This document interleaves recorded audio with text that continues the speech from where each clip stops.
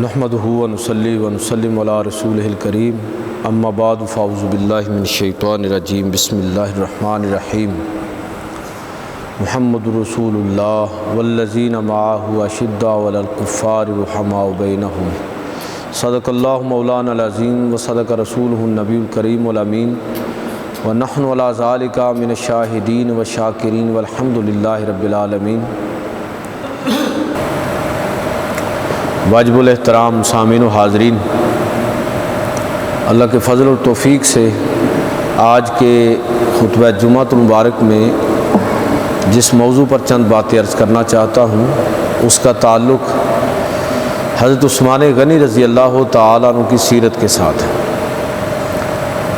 18 ذو الحج کو حضرت عثمان غنی رضی اللہ تعالیٰ عنہ کی سیرت کا بیان کا واقعہ پیش آیا، اسی مناسبت سے چند باتیں آپ کے گوش گزار کرنا چاہتا ہوں۔ سارے صحابہ وہ ستاروں کی مانند ہیں اور ہمارے لیے ہدایت کا سبب اور ذریعہ ہے، لیکن جن صحابہ کا خاص طور پر اللہ کے نبی صلی اللہ علیہ وسلم نے تذکرہ فرمایا وہ خلفائے راشدین، کہ جن کے بارے میں نبی صلی اللہ علیہ وسلم نے فرمایا کہ اے لوگو تم پر میری سنت لازم ہے، علیکم بسنتی وسنتی خلفائے راشدین المہدیین، تم پر میری سنت لازم ہے اور میرے خلفائے راشدین کی سنت کو اپنانا لازم ہے۔ تو خلفائے راشدین کی سنت اور طریقے کو خاص طور پر ہمارے لیے رول ماڈل ان معنوں میں قرار دیا گیا کہ بہت سارے اہل علم نے تو باقاعدہ وضاحت کی ہے کہ خلافت راشدہ اصل میں سیرت نبوی کا تکمیلی پہلو ہے۔ بہت ساری چیزوں کی تکمیل خلفائے راشدین کے دور کے اندر ہوئی، تو یہ چیپٹر اصل میں ہے ہی سیرت کا پہلو۔ اسی وجہ سے اگر آپ خلفائے راشدین کے کردار اور ان کے اوصاف پر نظر ڈالیں تو آپ کو لگے گا کہ وہ رسول اللہ صلی اللہ علیہ وسلم کے مختلف اوصاف اور آپ صلی اللہ علیہ وسلم کے سیرت کے مختلف پہلوؤں کا پرتو اور عملی اظہار ہے۔ جناب ابو بکر رضی اللہ تعالیٰ عنہ صدیق، پچھلے جمعے بھی میں نے عرض کیا تھا کہ جب اللہ تعالیٰ یہ فرما رہا ہے نا کہ ابراہیم علیہ السلام کے بارے میں کہ انہ کان صدیقا نبیّا، تو اس کا مطلب یہ نہیں ہے کہ سارے نبی صدیق ہیں، لیکن خاص ان کا جب ذکر اس وصف کے ساتھ ہو رہا ہے تو اس کا مطلب یہ ہے کہ اس وصف میں اللہ نے ان کو خاص کمال عطا فرمایا اور اس میں ان کا خاص اعزاز ہے۔ بالکل اسی انداز میں جناب ابو بکر صدیق، تو یہ سیرت کے پہلو سے ہمیں اس کو دیکھنا چاہیے کہ یہ اصل میں جناب ابو بکر صدیق کی سیرت جو ہے یہ کمال محمد ہے۔ جس طرح عمر فاروق رضی اللہ تعالیٰ عنہ کی سیرت جلال محمد ہے صلی اللہ علیہ وسلم، دین کے معاملے میں ہمیت، دین کی جو ہمیت ہے، اور علی المرتضیٰ رضی اللہ تعالیٰ عنہ کی سیرت باب مدینۃ العلم ہونے کے اعتبار سے دین کے اندر جو فہم و فراست اور جو بصیرت اللہ تعالیٰ نے آپ کو عطا فرمائی، اس حوالے سے گویا کہ یہ رسول اللہ صلی اللہ علیہ وسلم کی سیرت کی توسیع ہے۔ بالکل اسی انداز میں آپ سمجھیں کہ آج جو ہمارا موضوع ہے کہ جناب عثمان غنی رضی اللہ تعالیٰ عنہ یہ رسول اللہ صلی اللہ علیہ وسلم کے جمالی پہلو کا عملی اظہار ہے، یعنی کسی جگہ آپ کو سیرت کا کمال سیرت نظر آئے گا، کمال محمد نظر آئے گا ابو بکر صدیق رضی اللہ تعالیٰ عنہ، جلال محمد صلی اللہ علیہ وسلم جناب عمر فاروق رضی اللہ تعالیٰ عنہ، اور جناب علی المرتضیٰ رضی اللہ تعالیٰ عنہ کی صورت میں خصال محمد کا پہلو آپ کو نظر آئے گا، اور جناب عثمان غنی رضی اللہ تعالیٰ عنہ کی سیرت میں آپ کو جمال محمد صلی اللہ علیہ وسلم نظر آئے گا۔ تو تمام خلفائے راشدین اور پھر تمام صحابہ ہمارے لیے ہدایت کا ذریعہ ہے، لیکن بالخصوص خلفائے راشدین کا تذکرہ اور ان کی سنت کو اپنانے کا جو ہمیں حکم ہے، تو آج کا جو موضوع وہ حضرت عثمان غنی رضی اللہ تعالیٰ عنہ کی سیرت کے حوالے سے چند باتیں عرض کرنا چاہتا ہوں کہ کئی ایسے اعزازات ہیں کہ کسی اور صحابی کو وہ اعزازات حاصل نہیں ہوئے، کہ مثلا دیکھیے کہ حضرت عثمان غنی رضی اللہ تعالیٰ عنہ خود نبی کریم صلی اللہ علیہ وسلم نے یہ ارشاد فرمایا کہ عثمان وہ ہیں کہ موسیٰ علیہ السلام کے بعد یہ فرد وہ ہیں کہ جنہوں نے نبی کی بیٹی کے ساتھ اللہ کی راہ میں ہجرت کی ہے۔ حضرت عثمان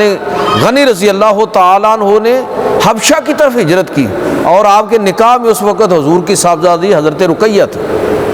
اور آپ کو پتہ ہے کہ حضرت موسیٰ علیہ السلام نے حضرت شعیب کی صاحبزادی کے ساتھ مصر کی طرف ہجرت کی تھی۔ تو حضور نے فرمایا کہ یہ عثمان وہ ہے کہ یہ حضرت موسیٰ کے بعد اب یہ وہ شخصیت ہیں کہ جو اس شرف کے حامل ہوئے کہ نبی کی صاحبزادی ان کے نکاح میں اور اللہ کی راہ میں ہجرت۔ پھر ایک ہجرت نہیں، پھر دوسری ہجرت مدینہ کی طرف حضرت رقیہ کے ساتھ، ذل ہجرتین، دو ہجرتوں والے حضرت عثمان غنی رضی اللہ تعالیٰ عنہ۔ اور پھر یہ اعزاز بھی آپ ہی کو حاصل ہوا، کم از کم میرے علم کی حد تک کوئی کسی پیغمبر کے اصحاب میں سے یہ اعزاز کسی کو نہیں ملا کہ کسی نبی کو کے ماننے والے کے نکاح میں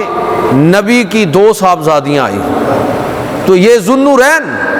دو نوروں والے، اور اس سے بھی ایک بڑا اعزاز جناب عثمان غنی رضی اللہ تعالیٰ عنہ کو حاصل یہ ہوا کہ حضرت عثمان غنی رضی اللہ تعالیٰ عنہ آپ کی وجہ اور سبب سے اللہ تعالیٰ نے 1450 صحابہ کی ایمان کی قرآن مجید کے اندر گواہی دی، اور ان کے لیے گویا کہ اللہ کی رضا، ایمان کی تصدیق اور جنتی ہونے کا اعلان، اس کا سبب کون بنا؟ حضرت عثمان غنی رضی اللہ تعالیٰ عنہ۔ کہ وہ واقعہ آپ سیرت میں پڑھتے ہیں کہ صلح حدیبیہ کے موقع پر جب نبی صلی اللہ علیہ وسلم نے اپنے اصحاب کے ساتھ عمرے کا ارادہ فرمایا، قریش نے روکا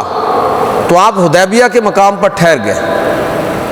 حضرت عثمان غنی کو بھیجا کہ ان کو بتاؤ ہم تو بھائی عمرہ کرنے کے لیے آئے ہیں، جنگ کرنے کے لیے نہیں آئے۔ تو قریش نے حضرت عثمان غنی رضی اللہ تعالیٰ عنہ کو روک لیا، افواہ پھیل گئی کہ شاید شہید کر دیے گئے ہیں۔ اس موقع پر نبی کریم صلی اللہ علیہ وسلم نے خون عثمان کا بدلہ لینے کے لیے 1450 صحابہ سے بیعت لی، ایک درخت کے نیچے بیعت لی، اور یہ بیعت کس چیز پر تھی؟ یہ بیعت یہ تھی کہ جب تک ہم عثمان کے خون کا بدلہ نہیں لے لیتے اس وقت تک پیچھے نہیں ہٹیں گے، ٹلیں گے نہیں۔ پتہ چلا کہ عثمان کا خون اللہ کے رسول کی نگاہ میں کتنا قیمتی ہے۔ ایک تو یہ بات، دوسری یہ بات کہ جب صحابہ اکرام نے جس جذبے کے ساتھ اللہ کے رسول صلی اللہ علیہ وسلم کی بیعت کی کہ وہ اپنی جان اسلام کے لیے پیغمبر علیہ السلام کے حکم پر قربان کر دیں گے، خون عثمان کا بدلہ لینے کے لیے اپنی زندگی داؤ پر لگا دیں گے، اور اللہ کے رسول صلی اللہ علیہ وسلم کے ہاتھ پر بیعت کی، تو اللہ تعالیٰ کو صحابہ اکرام کی یہ جو کمٹمنٹ تھی، یہ جو جذبہ تھا، اور دین اور رسول صلی اللہ علیہ وسلم کے لیے قربانی کا جو صحابہ کا ذوق تھا، جس کا اظہار اس موقع پر ہوا، تو اس وقت اللہ رب العزت نے قرآن مجید فرقان حمید کے اندر سورۃ الفتح کی آیت نمبر 18 نازل فرمائی کہ یہ جن لوگوں نے آپ کے ہاتھ پر بیعت کی ہے،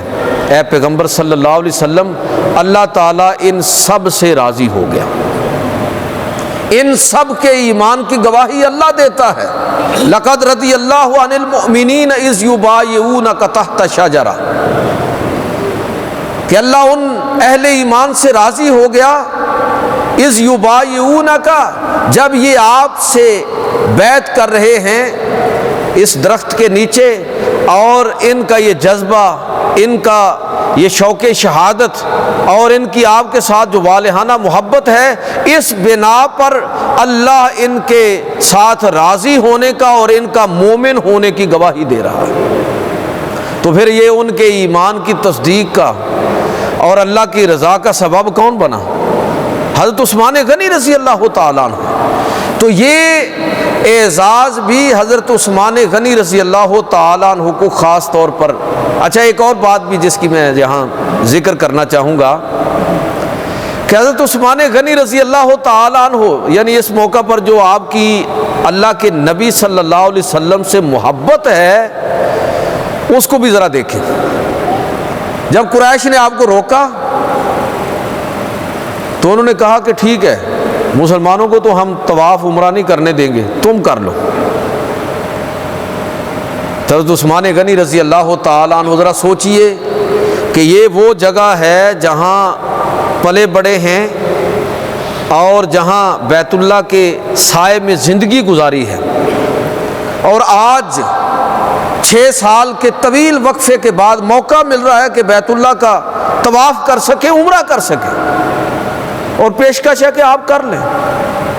لیکن قربان جائیے، حضرت عثمان غنی رضی اللہ تعالیٰ عنہ کی محبت رسول صلی اللہ علیہ وسلم، فرمایا کہ اگر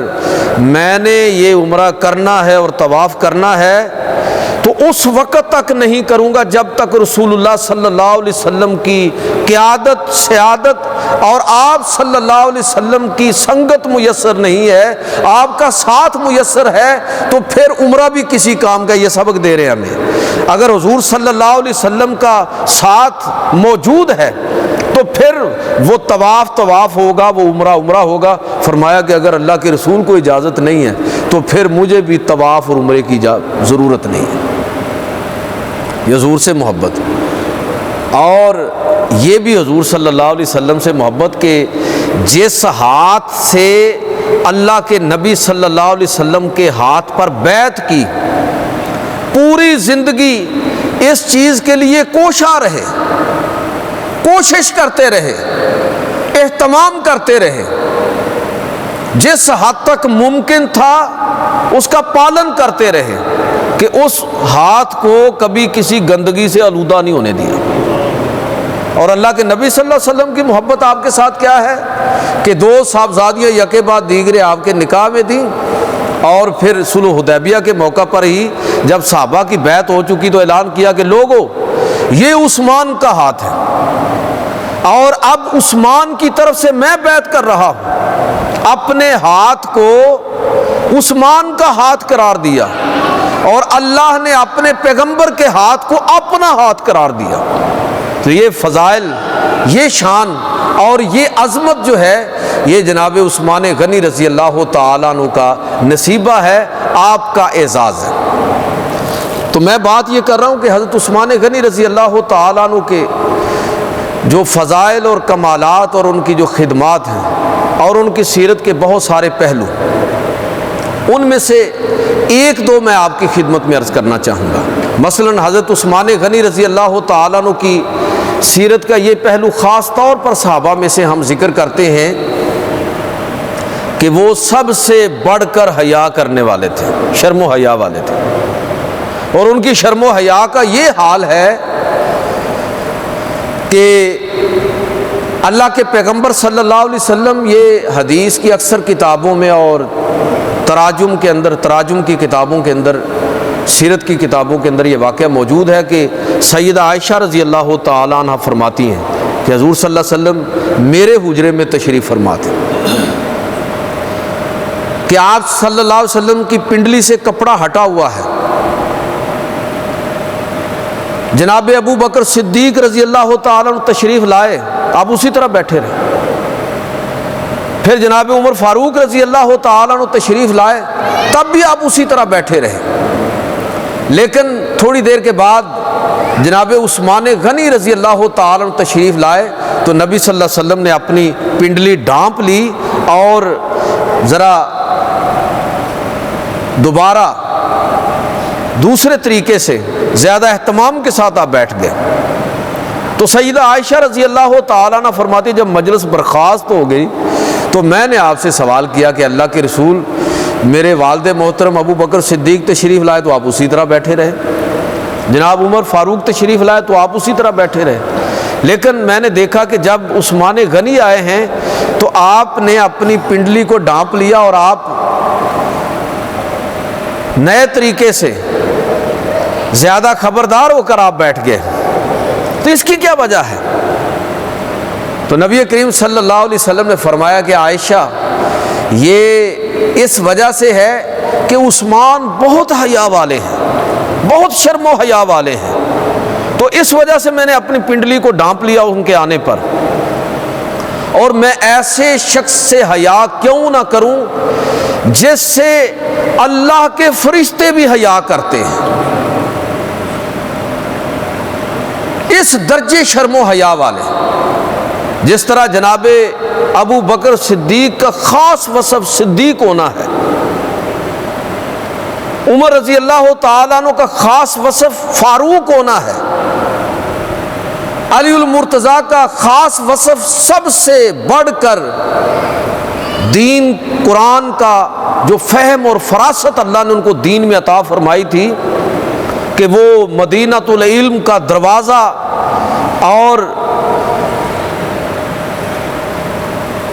اس کا رستہ ہے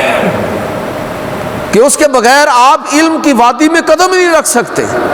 بالکل اسی طرح جناب عثمان غنی رضی اللہ تعالیٰ عنہ شرم و حیا میں اپنی مثال آپ ہیں کہ اللہ کے رسول فرما رہے ہیں کہ میں ایسے شخص سے حیا کیوں نہ کروں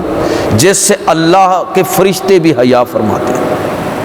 اچھا، میں یہاں تھوڑی وضاحت کرنا چاہتا ہوں کہ حضرت عثمان غنی رضی اللہ تعالیٰ عنہ کن معنوں میں شرم و حیا والے تھے۔ ایک شرم و حیا وہ ہوتا ہے جو رسم و رواج اور کلچر کے تابع ہو، مثلا کسی سوسائٹی کی روایت ہے، ان کا کلچر، ان کی ثقافت ایسی ہے۔ یاد رکھیے کہ اگر شرم و حیا کا وصف لوگوں کے کردار کا حصہ سوسائٹی کے رسم و رواج کے نتیجے میں ہو تو بہت ممکن ہے کہ حالات کا جبر اس کو ختم کر دے، حالات کے اندر معمولی تبدیلی اس کو بالکل صفحہ ہستی سے مٹا دے۔ آپ یورپ اور مغرب کو دیکھ لیں، وہ پہلے دن سے اس طرح کے نہیں تھے، بلکہ اگر آپ غور کریں گے تو آپ کو نظر آئے گا کہ ایک خاص طرح کی فکری تبدیلی کے نتیجے میں یورپ کے اندر، مغرب کے اندر شرم و حیا آہستہ آہستہ رخصت ہوئی، ورنہ پہلے ایسا نہیں تھا۔ جب فرائیڈ اور ایڈلر کے نظریات اس سوسائٹی کی فکری غذا بننا شروع ہوئے تو اس کے نتیجے میں آپ کو یہ جنسی آوارگی بھی نظر آتی ہے اور شرم و حیا رخصت ہوتی ہوئی نظر آتی ہے، اس لیے کہ جب مذہب کی دیوار ہٹ جاتی ہے، مذہب کا پردہ ہٹ جاتا ہے تو پھر رسم و رواج کی بنیاد پر آپ کی قدریں زیادہ دیر برقرار نہیں رہتی۔ لہذا جو شرم و حیا محض سماجی رسم و رواج کے نتیجے میں ہو وہ قائم نہیں رہ سکے گی، بہت ممکن ہے کہ تیزی کے ساتھ ختم ہو جائے۔ تو جس شرم و حیا کی یہاں بات ہو رہی ہے اور جو مسلمانوں کا ترہ امتیاز ہے، جس کی وجہ سے خاص طور پر حضرت عثمان غنی رضی اللہ تعالیٰ عنہ کے بارے میں حضور نے فرمایا کہ وہ ایسے شرم و حیا والے ہیں کہ اللہ کے فرشتے بھی ان سے حیا کرتے ہیں۔ وہ کون سا شرم و حیا ہے؟ وہ شرم و حیا ہے جس کا منبع، جس کا مصدر اور جس کا سب سے بڑا سورس جو ہے وہ اللہ رب العزت کی ذات کے ساتھ تعلق ہے۔ دو وجہ سے آپ کو نظر آئے گا کہ عثمان غنی رضی اللہ تعالیٰ عنہ خاص طرح کا ان کو اللہ رب العزت نے خاص طرح کی عزت عطا فرمائی، دو وجہ سے۔ ایک تو اس وجہ سے کہ عثمان غنی وہ ہیں کہ جنہوں نے جاہلیت کے اندر بھی اپنی فطرت کی حفاظت کی ہے، کہ آپ ان کی سیرت پڑھ کے دیکھ لیں۔ لگ بھگ 36 سال کی عمر تھی جب مسلمان ہوئے، اسلام قبول کیا، تو 36 سال سے پہلے کی عمر بڑی کروشل عمر ہے، جس میں آدمی اپنی جوانی کے دور سے گزر رہا ہوتا ہے۔ اس دور کے اندر بھی عثمان غنی رضی اللہ تعالیٰ عنہ، اللہ نے جس فطرت پر انسان کو پیدا کیا ہے، اکثر میں اس موضوع پر عرض کیا کرتا ہوں کہ ہمارے ذمے ہے کہ ہم اس فطرت کی حفاظت کریں جس پر اللہ نے ہمیں پیدا کیا ہے۔ وہ فطرت کیا ہے کہ اللہ نے انسان کو فطری طور پر ایسا بنایا ہے کہ وہ سچ سے محبت کرتا ہے، عدل و انصاف کو پسند کرتا ہے، وہ اخلاقی قدروں کو پسند کرتا ہے، یہ انسان کی فطرت ہے۔ عثمان غنی رضی اللہ تعالیٰ عنہ نے جس فطرت پر اللہ نے آپ کو پیدا کیا تھا، اسلام قبول کرنے سے پہلے بھی آپ نے اس فطرت کی حفاظت کی۔ سیرت کو پڑھ کے دیکھیں، ان کی زندگی کو پڑھیں۔ ایسے شخص کہ جاہلیت کے اندر بھی کبھی بتوں کو سجدہ نہیں کیا، جاہلیت کے اندر بھی کبھی شراب نہیں پی، کبھی بدکاری نہیں کی، کبھی جھوٹ نہیں بولا، ہمیشہ نیکی اور سچ کے ساتھ کھڑے رہے ہیں۔ یہ کیا ہے؟ جاہلیت کے اندر بھی اپنی فطرت کی حفاظت کرنے والے۔ اور پھر جب اسلام قبول کیا تو پھر اب اللہ کے ساتھ تعلق کے نتیجے میں اور اپنی فطرت کی حفاظت کے نتیجے میں جو شرم و حیا آپ کو حضرت عثمان غنی رضی اللہ تعالیٰ عنہ کی سیرت میں نظر آئے گا، وہ بہت سارے صحابہ سے آپ کو ممتاز کرتا ہے۔ نبی کریم صلی اللہ علیہ وسلم نے شرم و حیا کی وضاحت فرمائی، ایک معیار قائم کیا، ایک معیار لوگوں کے سامنے بیان کیا، کسوٹی ذکر فرمائی۔ حضرت عبداللہ ابن مسعود رضی اللہ تعالیٰ عنہ اس حدیث کے راوی ہیں کہ نبی کریم صلی اللہ علیہ وسلم نے ارشاد فرمایا، جامع ترمذی کی حدیث ہے کہ نبی صلی اللہ علیہ وسلم فرمایا کہ اے لوگو، اللہ تعالیٰ سے اس طرح شرم و حیا کرو جس طرح شرم و حیا کرنے کا حق ہے۔ تو صحابہ نے عرض کیا، اللہ کے رسول، ہم اللہ تعالیٰ سے شرم و حیا کرنے والے ہیں؟ تو آپ نے فرمایا کہ جو شرم و حیا تم سمجھ رہے ہو، یہاں وہ شرم و حیا مراد نہیں ہے۔ تو اللہ کے رسول، کس شرم و حیا کی بات آپ کر رہے ہیں؟ تو آپ صلی اللہ علیہ وسلم نے فرمایا کہ یہاں شرم و حیا، اللہ سے شرم و حیا کرنے کا حق ادا کرنے کا مطلب یہ ہے کہ اے لوگوں، جو کچھ تمہارے دماغ میں ہے اور جو تم اپنے دماغ میں جمع کرتے ہو، اس کی جانچ اچھی طرح کر لو کہ وہ ٹھیک ہے، اپنی فکر کے زاویے درست کرو۔ اے لوگوں، جو تم جو کھاتے ہو اور جو اپنے پیٹ میں ڈالتے ہو، اس کے بارے میں جانچ لو کہ وہ رزق صحیح ہے۔ اللہ سے حیا کرنے کا مطلب یہ ہے۔ اے لوگو، تم موت اور اس کے بعد گلنے سڑنے کا تصور ذہن میں لاتے ہوئے دنیا کے معاملات سے اس طرح بے رغبت ہو جاؤ کہ اس کا ہونا اور نہ ہونا تمہاری نظر میں برابر ہو جائے۔ نبی کریم صلی اللہ علیہ وسلم نے فرمایا کہ جب کوئی شخص اس طرح کہ جو اس کے دماغ میں ہے، جو اس کی فکر اور سوچ ہے، اس کے زاویے درست کر لے، جو اپنے پیٹ میں ڈالتا ہے اس کے بارے میں خبردار ہو جائے، موت کے بعد کہ جو منزلیں ہیں ان کو ذہن میں رکھتے ہوئے اپنی زندگی کا رخ متعین کرے، یہ وہ شخص ہے جو صحیح معنوں میں اللہ سے شرم و حیا کرنے والا ہوگا۔ جناب عثمان غنی رضی اللہ تعالی عنہ، آپ وہ ہیں کہ جو اللہ سے حیا کرنے والے ہیں، اتنی شرم و حیا کرنے والے کہ رسول اللہ صلی اللہ علیہ وسلم فرمایا کہ وہ فرشتے بھی ان سے ان کے اس وصف کی وجہ سے حیا کرتے ہیں۔ تو یہ معیار ہے۔ اور نبی کریم صلی اللہ علیہ وسلم کی ایک حدیث کو بھی میں ساتھ جوڑ دوں تو یہ بات سمجھ آتی ہے کہ جس وصف کا ذکر ہم حضرت عثمان غنی رضی اللہ تعالیٰ عنہ کی سیرت کے حوالے سے کر رہے ہیں وہ کتنا عظیم و شان ہے کہ حضور صلی اللہ علیہ وسلم نے فرمایا کہ پہلے انبیاء کی جو بچی کچی چیزیں ہم تک پہنچی ہیں وہ چیزیں مٹ گئیں، کتابیں صفحہ ہستی سے چلی گئیں، تعلیمات کے اندر تحریف ہو گئی، لوگوں نے امینڈمنٹ کر دی، لوگوں نے اپنی طرف سے چیزیں ڈال دی، لیکن اس کے باوجود کچھ چیزیں پھر بھی ہم تک پہنچی ہیں۔ تو حضور صلی اللہ علیہ وسلم نے فرمایا ان میں سے ایک حکیمانہ بات پہلے تمام پیغمبروں کی تعلیمات کا خلاصہ وہ یہ ہے کہ اذا لم تستحی فاصنع ما شئت، کیا لوگوں اپنے اندر شرم و حیا پیدا کرو۔ حدیث کو ذہن میں رکھیں کہ شرم و حیا کیسے پیدا ہوگی؟ شرم و حیا اس وقت پیدا ہوگی کہ جب ہم اپنی سوچ اور فکر کے زاویے درست کریں گے، اپنے پیٹ میں ڈالے جانے والے ایک ایک لقمے کے بارے میں خبردار رہیں گے۔ جب مرنے کے بعد کی زندگی کا تصور ہمارے سامنے رہے گا تو اللہ سے شرم و حیا پیدا ہوگی، آدمی حیا دار ہوگا، حیا پیدا ہوگی۔ حضور صلی اللہ علیہ وسلم نے فرمایا کہ پہلے انبیاء کی تعلیمات کا خلاصہ فرمایا کہ یہ ہے کہ تمام انبیاء کی تعلیمات اس کا خلاصہ اذا لم تستحی فاصنع ما شئت، اے لوگو اگر تمہارے اندر سے حیا ختم ہو جائے تو پھر جو چاہے کرتے رہو، بات ختم ہو گئی۔ اب آپ اس معیار کو سامنے رکھیں اور جناب عثمان غنی رضی اللہ تعالیٰ عنہ ان کی سیرت پر اس کو امپلیمنٹ کریں کہ کس طرح اس کسوٹی اور اس معیار پر حضرت عثمان غنی رضی اللہ تعالیٰ عنہ آپ کو پورے اترتے ہوئے نظر آئیں گے کہ وہ ہیں کہ جو صحیح معنوں میں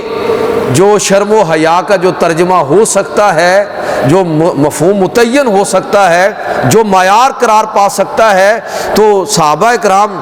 سارے ہی شرم و حیا والے تھے، لیکن ان میں ایک خاص طرح کا امتیاز جناب عثمان غنی رضی اللہ تعالیٰ عنہ کی زندگی میں آپ کو دکھائی دے گا۔ دوسرا وصف جس کا میں ذکر کرنا چاہتا ہوں جناب عثمان غنی رضی اللہ تعالیٰ عنہ کی سیرت کے حوالے سے، آپ ان کے نام کا ایک حصہ ہے غنی۔ غنی کا مطلب پتہ ہے کیا ہوتا ہے؟ وہ سخی، دیالو۔ غنا سے دنیا ہونے کے باوجود بے رغبت،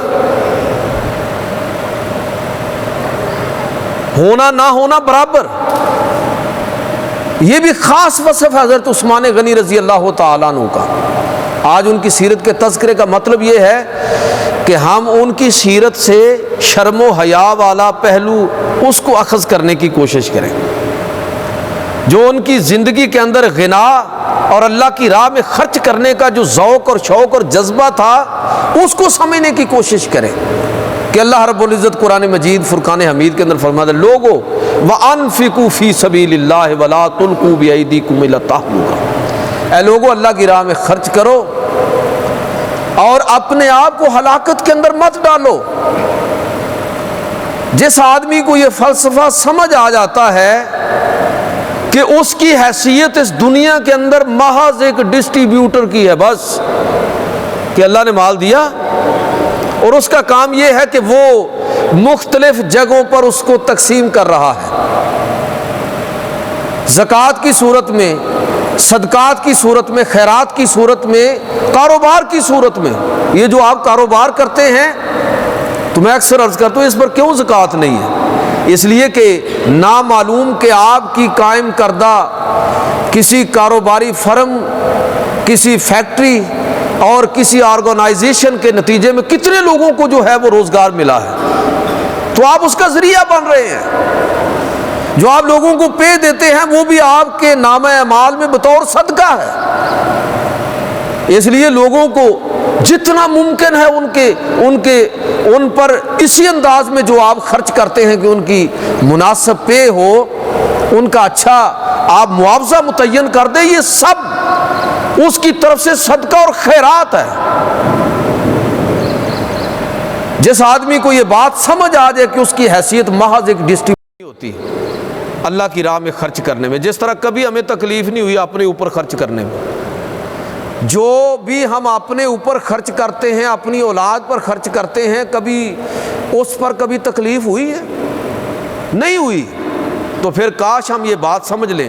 کہ جو کچھ بھی ہماری ضرورتوں سے زیادہ ہے وہ ہمارا ہے ہی نہیں، وہ اللہ نے ہمیں اصل میں اختیار دیا ہے کہ اے میرے بندے میں تمہیں دے رہا ہوں، اب تم میرے طریقے پر چلتے ہوئے میرے حکم کے مطابق لوگوں کے اندر اس کو تقسیم کرو۔ اور یاد رکھیے کہ جو بندہ اس حقیقت کو سمجھ لیتا ہے وہ جس طرح اپنے اوپر خرچ کرنے میں، اپنی اولاد کے اوپر خرچ کرنے میں تنگی محسوس نہیں کرتا، اسی طرح لوگوں کے اندر تقسیم کرنے میں بھی اس کو کبھی تنگی نہیں ہوتی، وہ اس کو بھی اسی طرح انجوائے کرتا ہے، اس کی تسکین ہوتی ہے۔ وہ اکثر میں عرض کیا کرتا ہوں کہ لوگوں کا تزکیہ نفس مختلف طریقوں سے ہوتا ہے، جس طریقے سے کسی کو کوئی بات سمجھ آ جائے۔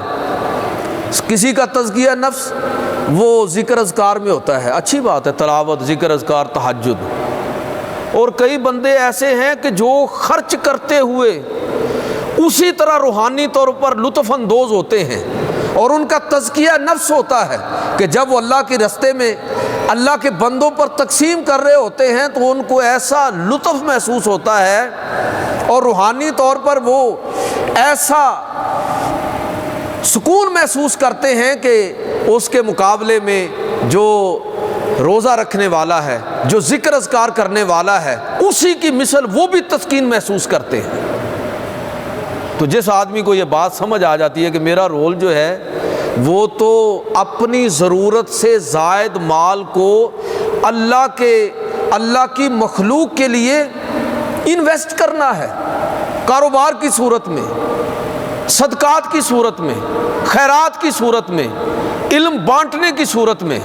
تو پھر اس کی زندگی کے زاویے اور رخ تبدیل ہو جاتے ہیں۔ عثمان غنی ایسے ہی تھے۔ حضرت عثمان غنی رضی اللہ تعالیٰ عنہ کی سیرت کو پڑھیں، اتنا اللہ تعالیٰ نے مال و دولت دیا ہے، لیکن اپنی ضروریات سے، یعنی کاروبار بھی کر رہے ہیں۔ فقیر کا مطلب یہ نہیں ہوتا جو ہم نے بنایا ہوا ہے کہ جس کے پاس سب کچھ بھی نہ ہو فقیر ہوتا ہے۔ فقیر وہ ہوتا ہے جس کے پاس سب کچھ ہو، لیکن سب کچھ ہونے کے باوجود وہ اس سے اس طرح بے رغبت ہو کہ اس کا ہونا اور نہ ہونا اس کے نزدیک برابر ہے۔ وہ سمجھتا ہے کہ یہ مال میرا نہیں ہے، جو اللہ تعالیٰ نے قرآن مجید کے اندر فرمایا کہ ان اللہ اشتری من المؤمنین انفسهم واموالهم بان لهم الجنہ، کہ اللہ نے مومنوں سے ان کی جانوں اور مالوں کے بدلے میں جنت کا سودا کر لیا ہے۔ تو وہ سودا کر چکا ہوتا ہے۔ مدینہ میں قحط کی حالت ہے، 1000 کا قافلہ دوسرے شہروں سے کاروبار کرنے کے بعد مدینہ کی طرف آ رہا ہے۔ عثمان غنی رضی اللہ تعالیٰ عنہ اس کے مالک ہیں۔ مدینہ کے تاجر بھاگے بھاگے آ رہے ہیں کہ آپ کا قافلہ پہنچنے والا ہے، ہم زیادہ دام دیں گے، دوسرا اس سے بھی زیادہ، تیسرا اس سے بھی زیادہ دینے کے لیے تیار ہے، لیکن عثمان غنی فرما رہے ہیں کہ نہیں، مجھے اس سے زیادہ ملتا ہے، مجھے اس سے بھی زیادہ ملتا ہے۔ انہوں نے اور بڑھایا ریٹ، نہیں مجھے اس سے بھی زیادہ ملتا ہے۔ لوگوں نے اور ریٹ بڑھا دیا کہ اچھا چلو ہم اتنا دے دیتے ہیں، فرمایا نہیں مجھے اس سے بھی زیادہ منافع مل رہا ہے۔ انہوں نے کہا جی اس سے زیادہ کون دے گا؟ جو اس سے زیادہ دے گا وہ خسارے میں رہے گا۔ فرمایا کہ مجھے اس سے زیادہ میرے رب نے دینے کا وعدہ کیا ہے، جو 1 کے بدلے 10 اور 100 اور 700 اور اس سے بھی زیادہ دینے کا وعدہ فرماتا ہے۔ میں نے اپنے اس رب کے ساتھ سودا کر لیا، اور پھر وہ 1000 کے 1000 اونٹ جو غلے اور سامان کے ساتھ لدے ہوئے تھے وہ مدینہ کے قحط زدہ علاقے کے اندر آپ نے تقسیم فرما دی۔ یہ کون شخص ہے؟ کہ وہ شخص یہ جو سمجھتا ہے کہ بھائی میرے پاس جو بھی مال و دولت ہے یہ میری ضرورت کے بعد وہ سب کا سب مجھے اللہ نے اس کا تقسیم کنندہ بنایا ہے اور میں لوگوں پر اس کو تقسیم کرنے کا پابند ہوں۔ یہ وہ شخص ہے کہ جو واقعتاً ہی حضرت عثمان غنی رضی اللہ تعالیٰ عنہ، آپ واقعتاً ہی پھر عثمان سے بڑھ کر غنی کہلانے کے مستحق ہیں۔ پوری تاریخ پڑھ لیں، پوری سیرت دیکھ لیں کہ عثمان غنی، ختم کرنے لگا ہوں اپنی بات کو، کہ عثمان غنی رضی اللہ تعالیٰ عنہ کبھی اپنی، یعنی اتنی دفعہ کسی بندے نے جنت کو دولت کے بدلے خریدا ہو، شاید ہی کوئی دوسری مثال آپ کو نظر آئے کہ کبھی عثمان غنی جنت کے بدلے میں مسجد نبوی کی زمین خرید رہے ہیں، کبھی مدینہ کے اندر واحد یہودی کی ملکیت جو ایک کنواں ہے بیر روما، اس کو خرید کر وقف کر رہے ہیں، جو لوگ گئے ہیں انہوں نے دیکھا بھی ہے۔ اور کبھی آپ غزوہ تبوک کے موقع پر سینکڑوں اونٹ مال و دولت سے لدے ہوئے، مال و اسباب سے لدے ہوئے اللہ کے رسول صلی اللہ علیہ وسلم کی بارگاہ میں پیش کر رہے ہیں، اور اللہ کے نبی فرما رہے ہیں کہ آج کے بعد، لوگوں سن لو، آج کے بعد عثمان نے جس طرح اپنا مال اللہ اور اللہ کے رسول کے حوالے کیا ہے، آج کے بعد عثمان کا کوئی عمل جو ہے وہ اس کو نقصان نہیں دے گا۔ اس کا مطلب یہ نہیں ہے کہ ان کو ہر طرح کا کام کرنے کی اجازت دے دی، بلکہ اس کا مطلب میں تو یہ سمجھا ہوں، اللہ کے رسول صلی اللہ علیہ وسلم نے یہ گویا کہ پیشین گوئی فرما دی کہ آج کے بعد جس طرح عثمان نے اپنا سب کچھ اللہ کی بارگاہ میں پیش کر دیا ہے، آج کے بعد اللہ عثمان کو سوائے نیکی کے کسی اور کام کی توفیق ہی نہیں دے گا۔ اور میں سمجھتا ہوں کہ یہ دعا جو ہے یہ صرف حضرت عثمان غنی رضی اللہ تعالیٰ عنہ تک محدود نہیں ہے، بلکہ قیامت تک آنے والے تمام وہ لوگ جو اپنے مال کو اللہ کا مال سمجھتے ہیں، اپنے آپ کو اس مال کا محض ڈسٹریبیوٹر اور تقسیم کنندہ سمجھتے ہیں، اور برضا و رغبت خوش دلی کے ساتھ اللہ کی راہ میں خرچ کرتے ہیں، تو یہ دعا ان سب لوگوں کے لیے ہے کہ اللہ ان سے گناہ کی توفیق ہی چھین لیتا ہے، ان کو نیکیوں کی توفیق عطا فرماتا ہے۔ تو میرے بھائیو، عثمان غنی رضی اللہ تعالیٰ عنہ، ان کی سیرت ذوالحج 18 ذوالحج کو جو ان کی شہادت ہوئی، تو ان کی سیرت کے حوالے سے یہ چند باتیں میں نے عرض کی ہیں، تو بہت سارے پہلو ہیں ان کی سیرت کے، لیکن میں سمجھتا ہوں کہ جو بہت نمایاں چیزیں ہیں جو ہمیں سیکھنی اور سمجھنی ہے ان کی زندگی سے، وہ شرم و حیا والی زندگی ہے، اور وہ زندگی ایسی ہے کہ ہمارے پاس سب کچھ ہو لیکن ہم یہ سمجھیں کہ یہ ہمارا نہیں ہے، ہم اللہ کی طرف سے محض اس پر نگران اور چوکیدار بنائے گئے۔ یہ ہے عثمان غنی رضی اللہ تعالیٰ عنہ کی سیرت۔ اللہ تعالیٰ مجھے اور آپ کو عمل کی توفیق عطا فرمائے۔